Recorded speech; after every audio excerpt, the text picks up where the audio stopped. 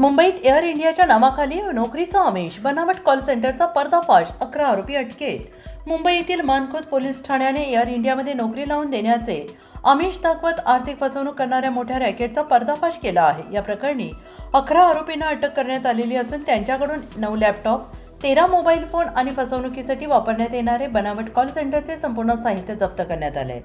27 February 2026 रोजी Mankhurd police ठाण्यात एका तक्रारदाराने एअर इंडियामध्ये नोकरी मिळवून देण्याचे आमिष दाखवून तब्बल 2,58,000 रुपयांची फसवणूक झाल्याची तक्रार दाखल केली। त्यानुसार अज्ञात आरोपींविरोधात भारतीय न्याय संहिता BNS कलम 319(2), 318(4) तसेच माहिती तंत्रज्ञान कायद्यातील कलम 66 क आणि ड अंतर्गत गुन्हा नोंद करण्यात आलेला आहे। तपासादरम्यान तांत्रिक विश्लेषणाच्या आधारे हे संपूर्ण रॅकेट उत्तराखंडमधील डेहराडून येथे चालवले जात असल्याची माहिती पोलिसांना मिळाली। त्यानंतर मानखुर्द पोलिसांच्या विशेष पथकाने डेहराडून येथे छापा टाकून 11 आरोपींना अटक केली।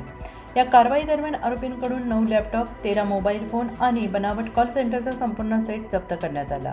या कॉल सेंटरच्या माध्यमातून देशभरातील बेरोजगारांना नामांकित कंपन्यांमध्ये नोकरीचा आमिष दाखवून लाखो रुपयांची फसवणूक केल्याचा संशय असून या प्रकरणाचा पुढील तपास मानखुर्द पोलीस करत आहेत।